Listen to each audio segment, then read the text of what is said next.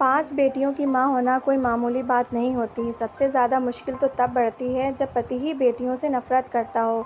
मेरी बेटी पैदा हुई तो ससुराल वालों ने झूठे मुँह मुबारकबाद दे दी थी, मगर एक के बाद एक बेटी की पैदाइश से ससुराल वालों ने मेरा जीना मुश्किल कर दिया था। शायद गाँव में मैं रहती थी, यहाँ पर एक औरत को तभी सम्मान दिया जाता है जब बेटियों के साथ-साथ बेटों को भी माँ बने। मेरे यहाँ चौथी बेटी पैदा हुई तो पति ने उस बेटी को देखना भी गवारा नहीं किया और सास मुझे अस्पताल में अकेला छोड़कर वापस आ गईं। जब तबीयत कुछ ठीक हुई तो अपनी चौथी बेटी को लेकर मैं खुद ही घर की तरफ बढ़ी। जब अस्पताल से बाहर निकली तो वहाँ गरीब बूढ़ी औरत बाहर बैठी हुई थी। मैं कुछ मदद करने के इरादे से उसके पास गई। मैंने उस बूढ़ी औरत को कुछ भेंट दी तो वो खुश हो गई और मुझे दुआएं देने लगी। मैंने कहा, अम्मा जी, दुआ देना है तो मेरी बच्ची को दो, उसके नसीब अच्छे हों। मेरे चेहरे पर उदासी देखकर वो बूढ़ी औरत बोली, बेटी तुझे क्या तकलीफ़ है? ना चाहते हुए भी मैंने अपनी परेशानी उस बूढ़ी औरत को बता दी। उसने मुझे तसल्ली दी और उसने कहा कि अपनी बच्ची थोड़ी देर के लिए मुझे दे दे। मैंने अपनी फूल सी बच्ची उस बूढ़ी औरत की गोद में दे दी। बच्ची को गोद में लेते हुए वो बूढ़ी औरत कहने लगी, परेशान मत हो बेटा, एक दिन तेरा पति तुझे ज़रूर मानेगा। घर आते ही मुझ पर मुसीबत के पहाड़ टूट पड़े। जब घर पर मेरा स्वागत मेरे पति ने मुझे थप्पड़ मार कर किया तो सास ने मेरी बेटी मेरी गोद से लेकर उसे बेड पर पटकने वाले अंदाज में रखा और कामों की लंबी लिस्ट मेरे सामने रख दी कि फटाफट घर के कामों में लग जाओ। मेरी जेठानी तो 3-3 बेटों की माँ थीं। बात बात पर बेटों की माँ होने का रौब जमाया करती थीं। वक्त गुजरने लगा, मेरी बच्चियों को बाप और दादी का प्यार नहीं मिला तो मैं सोचा करती थी कि बेटियां भी तो भगवान की बनाई हुई होती हैं। सब कुछ तो भगवान के हाथ में होता है, चाहे बेटा दे चाहे बेटी दे, उसका जिम्मेदार एक औरत को क्यों ठहराया जाता है। धीरे धीरे समय बीतता गया और एक बार फिर मैं प्रेग्नेंट हो गई। मैं 4 बेटियों के बाद अब मेरी भी यही ख्वाहिश थी कि भगवान मुझे बेटा ही दे ताकि मैं अपने पति और सास की शिकायत को दूर कर सकूं। जैसे मेरी डिलीवरी का समय करीब आ रहा था, मेरा डर बढ़ता जा रहा था। मेरा पति दूसरे शहर में रहता था काम के सिलसिले में। इस बार तो उसने साफ कह दिया था कि अगर इस बार बेटी को जन्म दिया तो मैं तुम्हें तलाक दे दूंगा। उनकी बात सुनकर मेरा शरीर कांपने लगा था। मैं पूरा दिन रोती रही और भगवान से प्रार्थना करती रही, लेकिन भगवान ने शायद मेरी किस्मत में तो शायद सुख लिखा ही नहीं था। मेरी तबीयत ख़राब हुई और मुझे हॉस्पिटल में एडमिट कराया गया। जब मुझे होश आया तो नर्स मेरे पास खड़ी थी। मुझे देखकर मुस्कुराती हुई बोली, मुबारक हो, आपने प्यारी बेटी को जन्म दिया है। उसकी बात सुनकर मेरी आंखों में आंसू आ गए। एक बार फिर से मैं मेरी बेटी के पाप की सज़ा भुगतने वाले थे। मेरा दिल चाहा कि मेरी सांस रुक जाए और मैं इस मुसीबत से छूट जाऊं, लेकिन यह आसान तो नहीं था। वो नन्ही सी गुड़िया रो रही थी। मैं उसे सीने से लगाकर रोने लगी। काश कि ये किसी और के यहाँ जन्म ले लेती। मैं तो भगवान की राज़ी में राज़ी थी। भगवान के दिए ये 5 फूल मुझे अपनी जान से भी बढ़कर थे। मैं अपनी बेटी को लेकर बाहर आ गई। अस्पताल के बाहर बैठी औरत मेरी हालत देखकर उसने बच्ची को मुझसे नहीं मांगा बल्कि दुआ देते हुए बोली, कभी उम्मीद मत छोड़ना, बहुत जल्द तुम्हारे दिन फिर जाएंगे। दिल में मैंने दर्द भरी सांस ली थी और सर को हिलाते हुए घर की तरफ बढ़ गई। रात के 9 बज चुके थे। जब मैं रिक्शे में बैठकर अकेली घर पहुंची तो शरीर काँप रहा था। रिक्शे से उतरकर दरवाजे पर आई। 1-2 बार मैंने दरवाज़ा खटखटाया, यहाँ तक कि 1 घंटा गुजर गया, मगर किसी ने आकर दरवाज़ा नहीं खोला। अंदर से मेरी बेटियों के रोने की आवाज़ें आ रही थीं। अंधेरा हो चुका था मगर किसी ने भी दरवाज़ा नहीं खोला। मैं दरवाजे से टेक लगाए बैठी रोती रही। आधी रात को मुझे दरवाज़ा खुलने की आवाज़ आई। मैं जल्दी से उठकर खड़ी हो गई और दरवाज़ा मेरी बड़ी बेटी ने खोला था। मैं फ़ौरन अंदर आई, उससे लिपटकर रोने लगी। मेरे ना होने पर उन्होंने ना जाने कौन कौन से जुल्म सहे होंगे। मेरा पति बेखबर सो रहा था। मैं भी अपनी बेटी के साथ कमरे में जाकर सो गई। कमज़ोरी और थकान से मैं जल्दी ही गहरी नींद में चली गई थी। मेरी आँख तब खुली जब मेरे पति ने मुझे मेरे बालों से पकड़कर उठाया। मैंने पहली बार उसका ये गुस्सा वाला रूप देखा था। मुझे डर लगने लगा था। ऐसा लगा जैसे वो मुझे जान से ही मार देगा। उसका ये रूप देखकर मैं बहुत ज़्यादा डर गई थी। वरुण मुझे बाहर ले आया। मेरी बेटियां ये सब देखकर रोने लगीं, जबकि मेरी सास उन्हें डांट कर चुप करवाने लगी। पति बोला, किसके कहने से तुम घर में दाखिल हुई? मेरे घर के दरवाजे तुम्हारे लिए बंद हो चुके हैं। अपनी बेटियों को लो और मेरे घर से निकल जाओ। सास मेरी बेटियों को धक्के देकर घर से निकालने लगी। मैं हाथ जोड़कर उनके पैर में गिर गई। ये घर ही मेरा आखिरी ठिकाना था। 5 बेटियों को लेकर आखिर कहाँ जाती? माँ बाप थे नहीं, एक भाई था जो कभी सीधे मुँह बात भी नहीं करता था। फिर बताओ वो मुझे अपने घर में क्यों घुसने देता? पति ने मुझे घर से निकाल दिया था। मैं अपनी बेटियों के साथ दरवाजे पर बैठी रही थी कि तभी मुझे सास के चिल्लाने की आवाज़ आई और फिर मेरे पति की आवाज़ सुनकर मुझे कुछ और दुर्घटना होने का एहसास हुआ। मेरी सास फर्श पे फिसलने की वजह से गिर चुकी थी। उनका सर भारी चीज़ से लग कर फट चुका था। मेरा पति रोता हुआ डॉक्टर के पास लेकर जाने लगा, लेकिन कुछ देर बाद बहुत बुरी खबर सुनने को मिली कि सर पर गहरी चोट लगने की वजह से मेरी सास की मौत हो चुकी है। भले ही मेरे पति ने और मेरी सास ने मेरी बेटियों के साथ अच्छा व्यवहार नहीं किया था, मगर उस वक्त उन्हें तकलीफ़ में देखकर मुझे बहुत बुरा लग रहा था। हमारे रिश्तेदार हमारे घर मेरी सास को देखने के लिए आ रहे थे। मेरे पति ने मुझसे दोबारा घर से जाने की बात नहीं की थी। धीरे धीरे वक्त गुजरता गया और मेरे पति का व्यवहार मेरे साथ पहले से कुछ अच्छा हो गया। कभी कभी ज़रूरत पड़ने पर वो मुझसे बात भी कर लिया करता था, लेकिन वो अपनी बेटियों को तो एक नज़र देखना भी गवारा नहीं करता था। मैंने नोट किया था कि वो दूसरी औरतों में कुछ ज़्यादा ही दिलचस्पी लेने लगा है। मेरे सर पर दूसरी औरत का खतरा मंडराने लगा था। मुझे डर लगने लगा था कहीं एक बेटे की चाह में दूसरी शादी ना कर ले। मेरी बेचैनी दिन ब दिन बढ़ती ही जा रही थी और एक दिन ऐसा आया जब मेरा सोचना सही साबित हो गया। वो मेरे पास आया और संजीदा शब्दों में बोला, मम्मी को गए 3 महीने हो चुके हैं और मुझे वापस भी जाना है। जाने से पहले मैं दूसरी शादी करना चाहता हूँ, क्योंकि तुम तो बेटियाँ पैदा करने की मशीन बनी बैठी हो। मेरी माँ भी दिल में ये ख्वाहिश लिए इस दुनिया से चली गई। पति के शब्दों से मेरा होश खोने लगा। पहले क्या कम मुसीबत में थी जो उस पर सौतन बैठाना चाहते थे।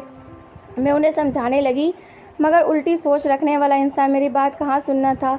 उस रात मैं बहुत रोई थी। मुझे मेरी ज़िंदगी है बोझ लगने लगी थी। दिल चाहा खुद को इस दुनिया से आज़ाद कर दूँ, मगर जब अपनी बेटियों का ख्याल आता तो फिर अपने ख्याल को भुला देती थी। सुबह उठी, मेरा पूरा शरीर बुखार से तप रहा था।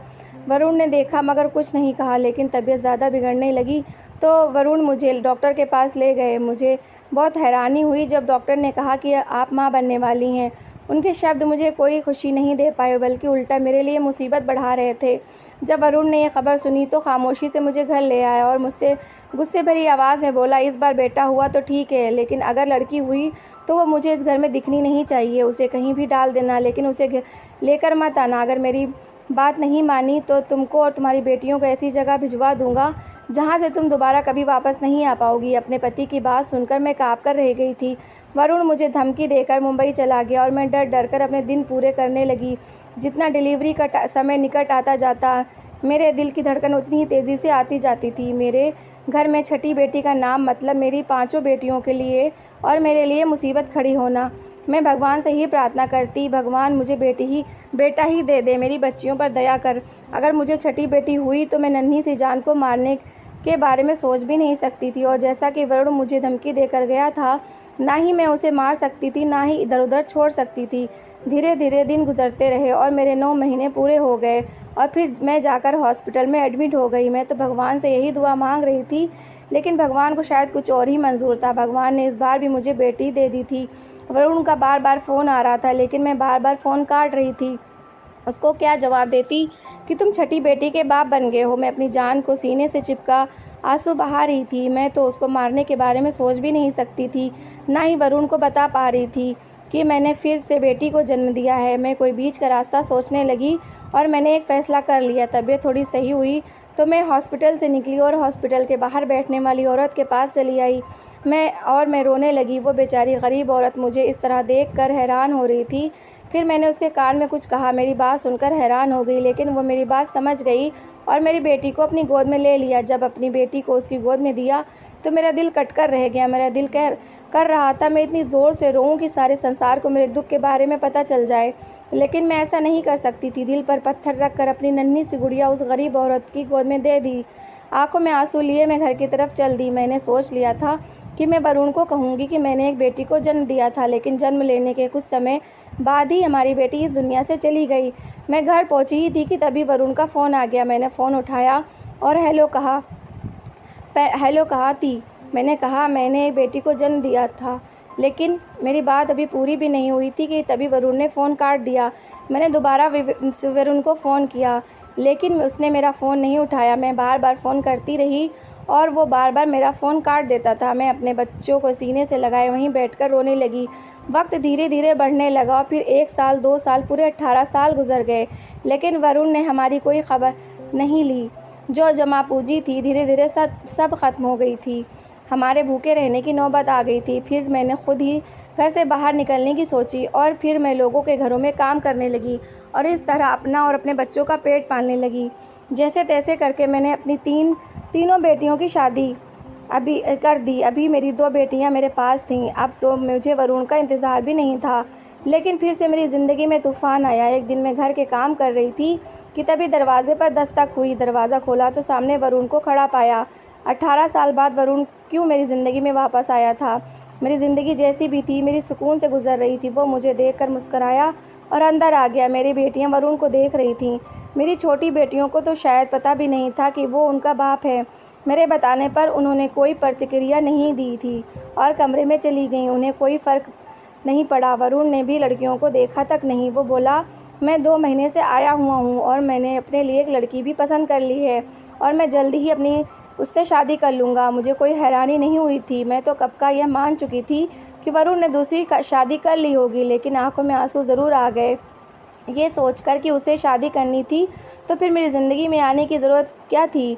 मैं तो कब का उसके बिना जीने की आदत डाल चुकी थी। वो फ्रेश होकर कमरे में आराम करने जा चुका था और मैं वहीं बैठे आंसू बहाती रही। उसने एक बार भी नहीं पूछा था कि तुमने 18 साल कैसे गुजारे। हमारी बेटियों के बारे में भी नहीं पूछा एक बार भी। मुझसे बात करने की ज़रूरत नहीं की। बस इतना बताया कि उसने लड़की को पसंद कर लिया है और जल्द ही उससे शादी करेगा। कल उसकी माँ और बेटी अपनी बेटी को लेकर हमारे घर आने वाली है और कल ही मैं शादी कर लूँगा। तुमको मैंने पहले ही बोल दिया है। कल तुम सारी तैयारियां करके रखना। ये बात सुनकर मैं अंदर ही अंदर रोती रही, अपने आंसू बहाती रही और वरुण की शादी की तैयारियां करने लगी। अगले दिन मैं उठी और सफाई की। उसने अपनी एक भी बेटी के बारे में अभी तक नहीं पूछा था। वरुण ने कहा कि दोपहर तक माँ बेटी घर आने वाले हैं, तुम सारी तैयारियां करके रखना और कुछ ही देर में आएंगे। इतना कहकर वरुण चला गया। कुछ देर बाद वरुण उस लड़की को उसकी माँ को लेकर आ गया। उस लड़की का नाम नैना था। दोनों माँ बेटी को दूसरे कमरे में बैठा दिया गया। वरुण मुझसे बोला कि तुम जाओ, नैना को दुल्हन की तरह तैयार करो। मेरे अंदर तो कोई आस उम्मीद नहीं बची थी। मैं चुपचाप उठी और नैना को तैयार करने चल दी। उसे देखकर मुझे बहुत ज़्यादा दुख हुआ। मुश्किल से वो 17-18 साल की लड़की थी। बहुत ही प्यारी सी मासूम सी बच्ची थी। देखो, ज़रा भी वरुण को शर्म नहीं आई इतनी कम उम्र की लड़की के साथ शादी करते हुए। मेरी नज़र उस लड़की की माँ पर पड़ी। उस औरत को देखकर मुझे कुछ याद आने लगा। मुझे ऐसा लगा कि मैंने उस औरत को कहीं देखा है और फिर जब मुझे याद आया तो मेरे सर पर आसमान गिर पड़ा। ये तो वही औरत थी जो हॉस्पिटल के बाहर बैठा करती थी और उसी को तो मैंने अपनी बच्ची दी थी। इसका मतलब मैं नैना की माँ हूँ। नैना मेरी ही बेटी है। नैना मेरी ही बेटी थी। मैं उसको पकड़ कर कहा, बताओ, तुम वही हो ना जो हॉस्पिटल के बाहर बैठती थी और मैंने तुमको ही अपनी बेटी दी थी। वो भी मुझे पहचानने की कोशिश कर रही थी। मेरे पूछने पर वो आंखों में आंसू भरकर बोली, हाँ, मैं वही औरत हूँ जिसको तुमने अपनी बच्ची दी थी और नैना तुम्हारी अपनी ही बच्ची है। मुझे माफ़ कर दो, मुझे पता नहीं था। वरुण ने ना जाने कैसे नैना को कहाँ देख लिया और उससे शादी करने की ज़िद करने लगा। उसने तो एक बार नैना से भी कहा, लेकिन उसने मना कर दिया था। वो मेरे पास आया और मुझे पैसों का लालच दी।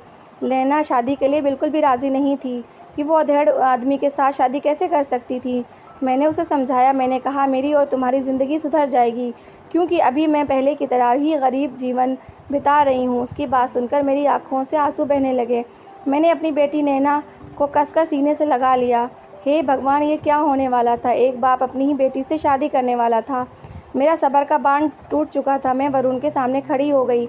मैंने कहा, आज मैं बताती हूँ कि मैंने छठी बार भी एक बेटी को जन्म दिया था, लेकिन वो तुम्हारे डर की वजह से मैंने उसे एक गरीब औरत को दे दिया था। तुमने ही कहा था कि अगर छठी बेटी हो तो चाहे किसी को भी दे देना, लेकिन इस घर में मत आना, और तुम्हारे डर की वजह से ही मैंने ऐसा किया। लेकिन मेरी आधी बात सुनकर तुमने फ़ोन काट दिया और मुझसे सारे नाते रिश्ते तोड़ दिए। मैंने जैसे तैसे करके अपने बच्चों को पाला पोसा, उनकी शादियां भी की। जिस उम्र में तुम्हें अपनी बेटी की शादी करनी थी उस उम्र में तुम खुद की शादी कर रहे हो, और वो भी अपनी ही बेटी से। मेरी बात सुनकर वो चकरा गया। मैंने कहा कि यकीन नहीं हो रहा कि मैं क्या कह रही हूँ। वो बोला, तुम्हारा दिमाग तो ख़राब नहीं है। मैं इतना गिरा हुआ भी नहीं कि अपनी ही बेटी से शादी करूँगा। मैंने कहा, नैना तुम्हारी खुद की बेटी है। वही छठी बेटी है। मैंने तुम्हारे डर की वजह से एक गरीब औरत को दे दी थी और तुम उसी के साथ शादी करने वाले थे। मेरी बात सुनकर वरुण मुझे फटी फटी आंखों से देखने लगा था। वो बिल्कुल सदमे में चला गया। थोड़ा होश में आया तो अपना सर अपने हाथ में पकड़कर बैठ गया और फिर थोड़ी देर बाद घर से निकल गया। मैंने दोबारा नैना के पास गई तो वो रोते हुए अपने शरीर से एक जेवर को खींच कर फेंक रही थी। मैंने उसे तसल्ली दी, बहुत देर सीने से लगाए बैठी रही। थोड़ी देर बाद उसको थोड़ा सुकून हुआ तो मुझे वरुण का ख्याल आया। वो अभी तक वापस नहीं आया था। धीरे धीरे करके 8 दिन गुजर गए, वरुण नहीं आया। पता नहीं वो कहाँ था। आज मेरा दिल बहुत परेशान हो रहा था, बार बार बुरे ख्याल आ रहे थे। तभी दरवाजे पर खटखट हुई। मैंने दरवाज़ा खोला तो हॉस्पिटल के कुछ कर्मचारी वरुण को घर के अंदर ला रहे थे। उसकी हालत देखकर मेरा दिल भी रोने लगा था। उसने मुझे बहुत दुख दिए थे, लेकिन वो मेरा पति था और मेरी बच्चियों का बाप था। इसी नाते भी मैं उसकी तकलीफ़ को नहीं देख सकती थी। वरुण का बहुत ही ख़तरनाक एक्सीडेंट हुआ था। उसके दोनों पैर एक्सीडेंट में जा चुके थे। 8 दिन तक वो सरकारी हॉस्पिटल में बेहोश पड़ा रहा। कुछ होश आया तो उसने अपने घर का पता दिया और फिर वो कर्मचारी उसे घर लेकर आए। मैंने दिन रात वरुण की सेवा की। एक दिन बहुत हिम्मत करके उसने मुझसे कहा कि मुझे मेरी बेटियों से मिलवा दो। मैं उसकी दोनों बेटियों को उसके सामने लाकर खड़ा कर दिया, लेकिन नैना उसके सामने नहीं आई थी। उसने रो रो कर अपनी बेटियों से माफ़ी मांगी। मेरी बेटियों ने भी अपने बाप को माफ़ कर दिया था और फिर वो उनका बाप ही तो था। फिर वरुण ने कहा, नैना कहाँ है? मैंने कहा, वो नहीं आ रही। वरुण बोला, उससे माफ़ी दिलवा देना, वो मुझे माफ़ कर देगी तो फिर हो सकता है मेरे दिल का बोझ कुछ कम हो जाए। नैना से भी अपने बाप की हालत देखी नहीं गई। उसने भी अपने बाप को माफ़ कर दिया। वरुण की जमा पूंजी से हमने एक बिज़नेस स्टार्ट किया और मेरी बेटियों की किस्मत से बिज़नेस चल पड़ा। घर में पैसे की कोई कमी नहीं थी। वरुण ने अपने कमरे में ही एक छोटा सा मंदिर बनवा लिया है और वो भगवान के सामने बैठा रहता है, रोता रहता है, शायद अपने गुनाहों की माफ़ी मांगता रहता है।